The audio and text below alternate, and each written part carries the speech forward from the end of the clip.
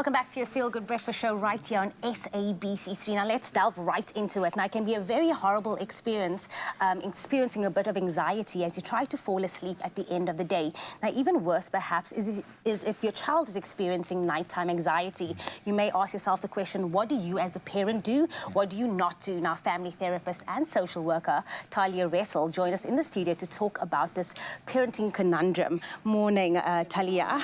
It's good to have you here. It's good to have you. And an important topic to have, especially when your young one is still very small and you're struggling to distinguish between whether it's a matter of training them to sleep, i.e. leaving them in the room and letting them cry that out, depending on what method you use, or understanding that there might actually be a link between anxiety and the inability to sleep. What is the connection there? So let me just clarify, I mean, we're not talking for little babies in terms of sleep training. That's not what we're doing. I'm talking about children of all ages going up into teens and young adults as well. Yes. So, because what happens is, if you think about for anxiety, we're fighting, to keep anxiety at bay, we have to fight throughout the day. Your mind is working hard. And come nighttime now, that is when you're tired, your reserves are low. For the child, there's scary things in the dark, possibly, you know, when the clothes on the floor could actually take on a different image. Lots of things go into making anxiety heightened at night for children. It's being left alone, there's no distractions. So we do see that with anxious children and children who don't necessarily experience anxiety, that bedtime, nighttime is when things increase. What are some of the symptoms that we as parents can look out for if our children is experiencing this anxiety at night?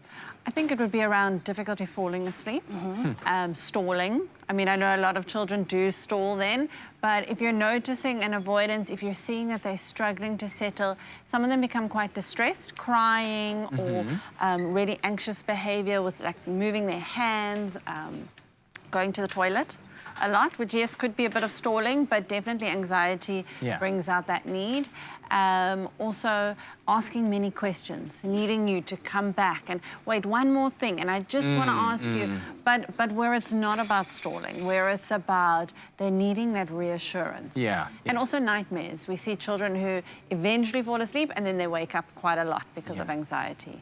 Is it for that particular reason that anxiety does increase at night, or the proverbial monsters under the bed or in the cupboard? Is that the reason? Absolutely. I mean, because if you think about it, as I said, you've been fighting it all day, trying to keep it at bay. And at the same time, with anxiety, remember that your body releases that stress hormone. You're ready to fight or flight or freeze, and you're not doing anything in your bed. You're literally lying there. And for a lot of people, and children especially, it's usually the first time in the whole day that they've gone still. Because if you think about our day, busy. Noise all around. Exactly. So now it goes still, and all those thoughts now have more room to grow and sort of play some tricks. So then ultimately, what would the solution then be as parents? How do we then come in and make sure that it's a peaceful night for them? Well, I would encourage it to start before bedtime. So if you see your child struggles, set the bedtime routine earlier. So give yourself more time for the child to unwind. We do say avoid screens, avoid a stimulating environment. They're not going to go from watching something intense to now settling back down. So create a soothing environment. Give them enough opportunities during the day to talk to you about any concerns that they might have. Because if they can't connect with you and raise their concerns throughout the day, of course, in those last few minutes of the day, they want to come now and talk about everything. I would encourage parents, something that can be quite helpful is actually give them a framework. Say to them firm boundaries, but kindly. You know what, I know you can do this, and so I'm going to come and check in on you every 10 minutes. So don't worry, you know, that you're there, but you're not there with them the whole time. So that gives them the tools to fall asleep themselves. Well, some valuable advice there, and we're going to ask Talya to stay with us a little while longer as we continue to explore this topic, the connection between anxiety and the inability to sleep in young children. And when we come back, we'll be talking about how do you distinguish whether what's happening is a stalling tactic, as you said, or whether it's something to really be concerned about. That among the other questions that we'll be asking to Talya. And if you feel like getting in touch with us, Expresso Morning Show, SABC3. It's my Feel Good Breakfast Show. The question I want to start off the second part of our chat with Talya is how to distinguish between real anxiety that your child is experiencing or whether it is that they are just merely stalling the sleep routine. Well, I think we must hold in mind that children are very skilled at getting what they want. So, yes, there will always be a little bit of stalling going on because bedtime, going to sleep is quite boring. But when you look at your child's overall picture, how are they in the day? Is it difficult when you separate from them, when they go to school or when they're with friends? If you see some other signs there, it's generally that it means that it's anxiety. You know your child well. You know when they're just trying to buy some more time. So try and tap into that. Generally, children who are stalling, if you give them a bit of an incentive, like say, great, you go to sleep, if you had a good night, you're going to get a gold star, they respond quite quickly to that. An anxious child, doesn't matter what you try and incentivize them with, because anxiety can't be reasoned with. Yeah. I'm going to invite one of the other parents in our studio, Graham, of course, with two-year-old Jack right now. It's almost 3. He'll be 3 Wow. I know, it's mind-blowing.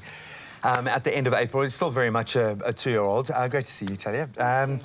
This is something I struggled with as a child, and I have so much respect now for my mom, single mom, having to deal with me waking her up like 3 or 4 times a night. So I'm hyper aware of it.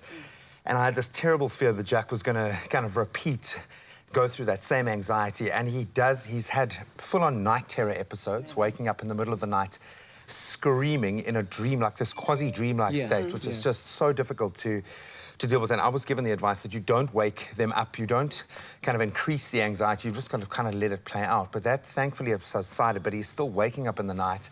What do you do? What is the first thing you do as a parent because you're exhausted? Yeah. This is the problem. It's not you in a fresh, kind of open state of mind. You're tired. Your patience is really running low, but you don't want to increase the anxiety. What do you do? It's a hard one because, as you say, we are at our worst, you know, as parents, and in the nighttime, we're needing a rest, we're tired. I just want to point for the night terrors, just in case your listeners don't know. Like, night terrors is different to a nightmare. Night terror is the child's almost not aware of what's going on. Sleepwalking. It's totally, it's sleepwalking. And yes, you just want to help them get back to bed, that they're safe, and you know, you don't want to wake and disturb them. With parents at night, what I encourage you to try, and I don't always get it right. My children will tell you in the middle of the night, I can be horrendous if I'm sleep deprived.